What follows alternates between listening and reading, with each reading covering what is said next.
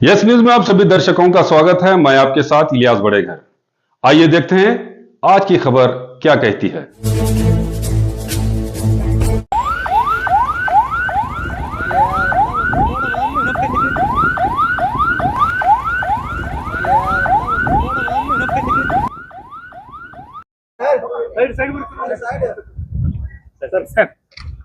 Sir ಈಗ ನಾಗೇಂದ್ರ ಅವ್ರಿಗೆ court ಇಂದ ಪರ್ಮಿಷನ್ ತಗೊಂಡು ಔಟ್ ಆಫ್ ಸ್ಟೇಟ್ ಹೋಗ್ಬೇಕಂತಿತ್ತು. ಬಟ್ ಅವ್ರು ಡೆಲ್ಲಿಗೆ ಹೋಗಿದ್ದಾರೆ ಹೋಗಿದ್ದಾರೆ ಅಂತ ಹೇಳಿ ಅದನ್ನ ಹೊರತುಪಡಿಸಿ ಪರ್ಮಿಷನ್ ತಗೊಳ್ಳಾರ್ದೆ ಡೆಲ್ಲಿಗೆ ಅಂದ್ರೆ ಲಾಬಿ ಮಾಡ್ಲಿಕ್ಕೆ ಸಚಿವ ಸ್ಥಾನಕ್ಕಾಗಿ ಡೆಲ್ಲಿಗೆ ಹೋಗಿದ್ದಾರೆ. ಕೋರ್ಟ್ ಇಂದ ಅದಕ್ಕೆ ಆದೇಶ ಇದೆ ಅಂತ ಹೇಳಿ ಆತರ ಇದ್ರೆ ಕಾನೂನು ಹುಡುಕಿ ಏನಾದ್ರು ಇದ್ರೆ ಅದನ್ನ ಅವ್ರ ಲಾಯರ್ಗಳ ಹತ್ರ ಕನ್ಸಲ್ಟ್ ಮಾಡಿ ಅದನ್ನ ಹೇಗೆ ನಿವಾರಿಸ್ಕೊಳ್ಳೋದು ಕೆಲಸ ಮಾಡ್ತಾರೆ. ಅಲ್ಲ ಈ ರೀತಿ ಇದ್ದಾಗ ಕೂಡ ಹಂಗೆ ಹೋಗಿದ್ರೆ ತಪ್ಪಲ್ಲ.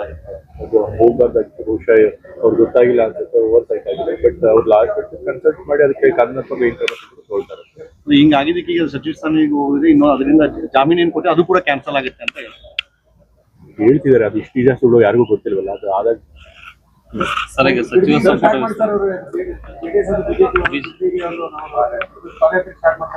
ಈಗಾಗಲೇ ಬಿಡ್ದಿ ಟೌನ್ಶಿಪ್ ಬಗ್ಗೆ ಮುಖ್ಯಮಂತ್ರಿಗಳೆಲ್ಲ ಹೇಳಿದ್ದಾರೆ. ಅದು ಯಾವ್ದು ಕೂಡ ನಾವು ಬಲವಂತವಾಗಿ ರೈತರಿಂದ ಕಿತ್ಕೊಳ್ತಿಲ್ಲ. ಅದು ವಾಲಂಟ್ರಿಯಾಗಿ ಯಾರು ಕೊಡಕ್ಕೆ ಇಷ್ಟ ಇದೆಯೋ ಅವರು ಅವರಿಂದ ಭೂ ಸ್ವಾಧೀನ ಮಾಡ್ಕೊಳ್ತೀವಿ. ಸೊ ಹಾಗಾಗಿ ಯಾರು ಬಲವಂತ ಇಲ್ಲದೆ ಇದ್ದಾಗ ಇವ್ರು ಅನಾವಶ್ಯಕವಾಗಿ ರೈತರನ್ನ ಸುಮ್ಮನೆ ತಪ್ಪು ದಾರಿ ಹೇಳ್ತಾ ಇದ್ದಾರೆ.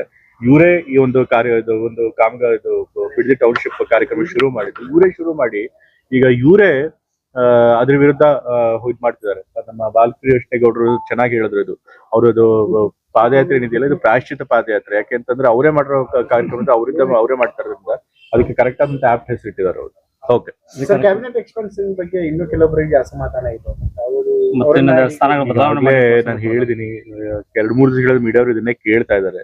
ನಾನು ಹೇಳಿದ್ನಲ್ಲ, ಪ್ರತಿ ಕಾಲದಲ್ಲೂ ಕೂಡ ಯಾವುದೇ ಸರ್ಕಾರದಲ್ಲಿರ್ಲಿ ಈ ರೀತಿ ಸಂಪುಟ ಪುನಾರಚನೆ ಅಥವಾ ಸಂಪುಟ ವಿಸ್ತರಣೆ ಆದಾಗ ಬಹಳಷ್ಟು ಸಚಿವಾಕಾಂಕ್ಷಿಗಳಿರ್ತಾರೆ. ಯಾರು ಸಚಿವ ಸ್ಥಾನ ಸಿಗಲ್ಲ ಅವ್ರು ಸ್ವಲ್ಪ ಅಸಮಾಧಾನಗೊಳ್ತಾರೆ. ಅದು ಸಹಜವಾದದ್ದು, ಎಲ್ಲಾ ಸರ್ಕಾರದಲ್ಲೂ ಎಲ್ಲಾ ಸಮಯದಲ್ಲೂ ಆಗಿದೆ.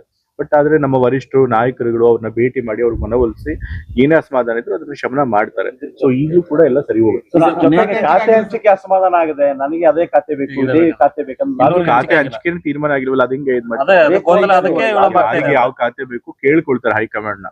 ಆದ್ರೆ ಕೊನೆಗೆ ಡಿಸೈಡ್ ಮಾಡೋದು ಹೈಕಮಾಂಡ್. ಈಗಾಗ್ಲೇ ಹೇಳ್ದಂಗೆ ಹೆಂಗೆ ಸಚಿವ ಸ್ಥಾನ ಸಿಗ್ಬೇಕಾದ್ರೆ ಆಯ್ತು, ಅದೇ ರೀತಿ ಖಾತೆ ಹಂಚಿಕೆ ವಿಚಾರದಲ್ಲೂ ಅಷ್ಟೇ. ಎಲ್ಲರೂ ಕೂಡ ಪಕ್ಷದ ನಾಯಕತ್ವ ಏನ್ ತೀರ್ಮಾನ ಮಾಡ್ತಾರೆ ಅದಕ್ಕೆಲ್ಲರೂ ಕೂಡ ಕೊನೆಗೆ ಬದ್ಧರಾಗಿ ಆಗ್ತಾರೆ. ಸಿದ್ದರಾಮಯ್ಯ ಅವರಿಗೆ ಅನೇಕ ಮಂದಿಗೆ ಸಿಎಂ ಸ್ಥಾನ ಇಳಿದ ನಂತರ ಎಲ್ಲೋ ಒಂದ್ ಕಡೆ ಮೂಲ ಗುಂಪು ಮಾಡ್ಲಾಗ್ತಾ ಇದೆ. ಅವ್ರು ಹೇಳಂತ ಮಾತುಗಳ ಕೇಳ್ತಾ ಇಲ್ಲ ಯಾರು ಕೂಡ ಅಂತ ಹೇಳಿ. ಆಮೇಲೆ ಸಚಿವ ಸ್ಥಾನಕ್ಕೆ ಏನೀಗ ಸಂಪುಟ ವಿಸ್ತರಣೆ ಆಯ್ತು, ಅದರಲ್ಲಿ ಕೂಡ ಅವ್ರು ಹೇಳಿದಂತಹ ಕೆಲವು ವ್ಯಕ್ತಿಗಳು ಆಗ್ಲಿಲ್ಲ. ಅದು ಕುರುಬ ಸಮಾಜ ಕೂಡ ಅನೇಕರಿಗೆ ಅಸಮಾಧಾನ ಕೂಡ ಇದೆ. ಅಸಮಾಧಾನ ಕೂಡ ಹೊರಗೆ ಆಗ್ತಿದ್ದಾರೆ. ಯಾರು ಹೇಳಿದವ್ರದ್ದು ಆಗಿಲ್ಲ ಅಂತ ಮತ್ತೆ ಅವ್ರಿಗೆ ಅಸಮಾಧಾನ ಇದೆ ಅಂತ ತಂದೆಯವ್ರಿಂದ ಬಂದು ಬಹಿರಂಗವಾಗಿ ಹೇಳಿದ್ದಾರೆ ಅಸಮಾಧಾನ ಇಲ್ಲ ಅಂತ. ನಾನೇ ತಂದೆಯವ್ರ ಜೊತೆ ಇದೀನಲ್ಲ, ಸೊ ಅವ್ರಿಗೆ ಏನು ಅಸಮಾಧಾನ ಇಲ್ಲ.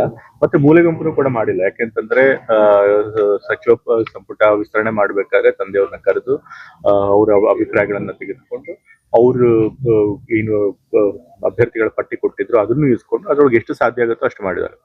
ತಂದೆಯವ್ರಿಗೂ ಗೊತ್ತಿತ್ತು ಇದ್ದಿದ್ದೇ 15 ಸ್ಥಾನಗಳು. ಅದ್ರೊಳಗೆ ತಂದೆಯವರು ಹೆಚ್ಚಿನ ಹೆಸರೇ ಕೊಟ್ಟಿದ್ರು. ಅದ್ರೊಳಗೆ ಅವ್ರು ಕೆಲವ್ರನ್ನ ಪಿಕ್ ಮಾಡಿ ಮಾಡ್ಕೊಂಡಿದ್ದಾರೆ. ಸೊ ಹಾಗಾಗಿ ತಂದೆಯವ್ರಿಗೆ ಏನು ಅಸಮಾಧಾನ ಇಲ್ಲ. ಖಾತೆ ಹಂಚಿಕೆ ವಿಚಾರವಾಗಿಯೂ ಕೂಡ ಡೆಲ್ಲಿ ಕರೆದ್ರು. ಆದ್ರೆ ತಂದೆಯವರೇ ಇಲ್ಲ, ಖಾತೆ ಹಂಚಿಕೆ ವಿಚಾರದಲ್ಲಿ ನನ್ನ ತಲೆ ಮೂಗು ತೂರ್ಸೋದಿಲ್ಲ, ಅದನ್ನ ನೀವೇ ಮಾಡಿ ಅಂತ ಹೇಳಿದ್ರಿಂದ ಅದು ಇದ್ ಮಾಡ್ತಾರೆ. ಸೊ ಹಾಗಾಗಿ ಅವ್ರನ್ನ ಮೂಲೆ ಗುಂಪು ಮಾಡೋ ಪ್ರಶ್ನೆನೂ ಇಲ್ಲ, ಮತ್ತೆ ಅವ್ರಿಗೆ ಅಸಮಾಧಾನ ಕೂಡ ಇಲ್ಲ. ಪದಗ್ರಹಣಕ್ಕೆ ಗೈರಾಗಿದ್ರಲ್ಲ, ಅದೇ ವಿಚಾರ ಪದಗ್ರಹಣಕ್ಕೆ ಬರ್ಲಿಲ್ಲ. ಯಾಕೆಂತಂದ್ರೆ ಅವತ್ತು ಅವ್ರು ಹುಟ್ಟಪ್ಪ ಇತ್ತು, ಎಲ್ಲ ಬಹಳಷ್ಟು ಜನ ಅವ್ರು ಬಂದು ಅಭಿಮಾನಿಗಳು ಎಲ್ಲರೂ ಕೂಡ ಅವ್ರನ್ನ ಭೇಟಿ ಮಾಡ್ತಿದ್ರು. ಹಾಗಾಗಿ ಅವ್ರು ಅವತ್ತು ಬರ್ಲಿಲ್ಲ ಅಷ್ಟೇ. ಗಾಯತ್ರಿ ಶಾಂತೇಗೌಡರ ವಿಚಾರದಲ್ಲಿ ಆಯ್ತು. ಗಾಯತ್ರಿ ಶಾಂತೇಗೌಡರ ವಿಚಾರದಲ್ಲಿ ಏನಾಯ್ತು? ಪಟ್ಟಿಯೊಳಗೆ ಹೆಸರು ಟೆಕ್ನಿಕಲ್ ಸಮಸ್ಯೆ ಇದ್ರು ಅವ್ರ ಹೆಸರು. ಈಗ ಅವ್ರ ವಿಚಾರದಲ್ಲಿ ಸ್ವಲ್ಪ ತಪ್ಪಾಗಿದೆ. ಈಗ ಬೇರೆ ಯಾರನ್ನ ಮಹಿಳಾ ಸಚಿವರನ್ನ ಮಾಡ್ಬೇಕು ಅಂತ ಹೇಳಿ ನಮ್ಮ ಹೈಕಮಾಂಡ್ ಅವ್ರು ಚಿಂತನೆ ಮಾಡ್ತಿದ್ದಾರೆ. ಅವ್ರು ಯಾರ್ದೋ ಒಂದು ಸೂಕ್ತ ಹೆಸರನ್ನ ಖಂಡಿತ ಕೊಡ್ತಾರೆ. ಒಬ್ಬ ಮಹಿಳೆ ಕೂಡ ನಮ್ಮ ಕ್ಯಾಬಿನೆಟ್ ಗೆ ಇಂಡಕ್ಟ್ ಆಗ್ತಾರೆ. ಈಗ ಸಿದ್ದರಾಮಯ್ಯ ಕೆಳಗಿಳಿದ ನಂತರ ಇನ್ನೂ ಸರ್ಕಾರ ಟೇಕಪ್ ಆಗ್ತಾ ಇಲ್ಲ. ಡಿ ಕೆ ಶಿವಕುಮಾರ್ ನೇತೃತ್ವದಲ್ಲಿ ಇನ್ನು ಸಚಿವ ಸಂಪುಟ ವಿಸ್ತರಣೆ ಖಾತೆ ವಿಸ್ತರಣೆ 1-2 ವಾರ ಆಗಿದೆ. ಅದಕ್ಕಿಂತ ಮುಂಚಿಂದನೂ ಕೂಡ ಈಗ ಸರ್ಕಾರ ಬಂದು 3 ತಿಂಗಳು ಆಗ್ತಾ ಬಂತು. ನಾವು ಬಂದ ತಕ್ಷಣ ಹಲವಾರು ಪ್ರೋಗ್ರಾಮ್ಗಳನ್ನ ನಾವು ಅನೌನ್ಸ್ ಮಾಡಿದೀವಿ. ಫಸ್ಟ್ ಕ್ಯಾಬಿನೆಟ್ ನಲ್ಲೇ ವಿದ್ಯಾರ್ಥಿಗಳಿಗೆ ಉಚಿತ ಪಾಸ್ ಮಾಡಿದೀವಿ. ಭಾರತ ಜೋಡೋ ಕ್ಲಬ್ಗಳನ್ನ ಮಾಡಿದೀವಿ. 1000 ಕೋಟಿ ಬಿ ಖಾತೆಗಳನ್ನ ಎ ಖಾತೆಗಳನ್ನ ಮಾಡ್ಬೇಕು ಅಂತ ಹೇಳಿದೀವಿ. ಯಾರ್ಯಾರಿಗೂ ಪಾಪ ಮನೆಗಳನ್ನು ಕಟ್ಟಿ ಎಲೆಕ್ಟ್ರಿಸಿಟಿ ಸಪ್ಲೈ ಎಲ್ಲ ವೈಲೇಷನ್ ಆಗಿದೆ ಅಂತ ಹೇಳಿ ಸುಪ್ರೀಂ ಕೋರ್ಟ್ ಆರ್ಡರ್ ಕೊಟ್ಟಿತ್ತು. ಅವ್ರಿಗೆ ರಿಲೀಫ್ ಕೊಡಬೇಕು ಅಂತ ಹೇಳಿ ಅವ್ರಿಗೂ ಕೂಡ G+2 G+3 ಮತ್ತೆ 2000 ಸ್ಕ್ವೇರ್ ಫೀಟ್ ಅವ್ರ ತನಕ ಎಲೆಕ್ಟ್ರಿಸಿಟಿ ಸಪ್ಲೈ ಕೊಡೋದು ಮಾಡಿದ್ದೇವೆ. ಬರ ಪರಿಸ್ಥಿತಿ ಬಂದಾಗ ಸೀರೀಸ್ ಆಫ್ ಮೀಟಿಂಗು ಮುಖ್ಯಮಂತ್ರಿಗಳು ಸೇರಿದಂತೆ ಇದ್ದಂತಹ ಎಲ್ಲಾ ಮಂತ್ರಿಗಳು ಕೂಡ ಮಾಡಿದೀವಿ. ನಾವೆಲ್ಲ ನಮ್ಮ ಉಸ್ತುವಾರಿ ಜಿಲ್ಲೆಗಳಿಗೆ ಭೇಟಿ ಮಾಡಿದೀವಿ. ಈಗ ತಾಲೂಕು ಮಟ್ಟದಲ್ಲೂ ಹೋಗಿ ಎಲ್ಲಾ ಕಡೆ ಬರ ಪರಿವೀಕ್ಷಣೆ ಮಾಡ್ಕೊಂಡು ಬಂದಿವಿ. ಹಾಗಾಗಿ ಸರ್ಕಾರ ಕೆಲಸ ಮಾಡ್ತಾ ಇದೆ. ಮಹಾನಗರ ಪಾಲಿಕೆಗೆ, ವಿಜಯಪುರ ಮಹಾನಗರ ಪಾಲಿಕೆಗೆ ಬಂದಿದ್ರಿ ಅನೇಕ ವರ್ಷ, ಯಾಕಂದ್ರೆ 3 ವರ್ಷಗಳಿಂದ ಏನು ಅಧಿಕಾರಕ್ಕೆ ಬಂದ ನಂತರ ಕೂಡ ಬೇಡಿಕೆಗಳನ್ನ ಅನೇಕ ಅಲ್ಲಿ ಇದ್ದಂತವ್ರು ಎಲ್ಲರೂ ಕೂಡ ಅಧಿಕಾರಿ ವಹಿಸ್ಕೊಂಡವರಾಗ್ಲಿ ಮತ್ತು ಪೌರರಾಗ್ಲಿ ಮಹಾಪೌರರಾಗ್ಲಿ ಎಲ್ಲರೂ ಕೂಡ ಏನು ಬೇಡಿಕೆ ಇಟ್ಟಿದ್ರು. 100 ಕೋಟಿ ರೂಪಾಯಿ ಅವಶ್ಯಕತೆ ಇದೆ.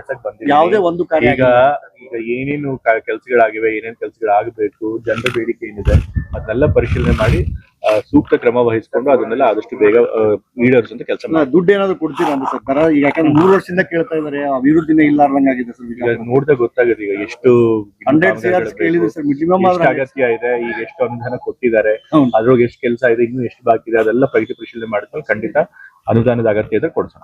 Thank you.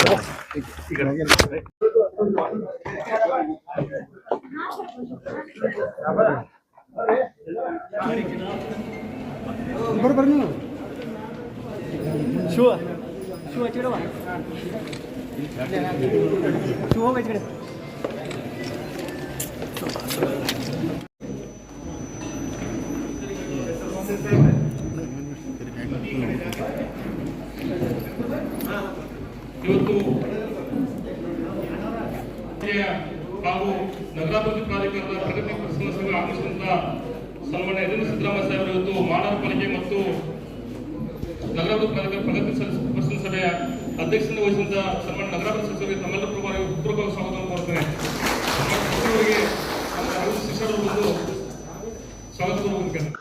जैसा कि आप सब जानते हैं कि आप सभी का प्यार हमारे साथ कायम है। इसी तरह से हमारे इस चैनल को प्यार करते रहिए और हमारी सारी खबरों को लाइक, शेयर और सब्सक्राइब करना ना भूलिए।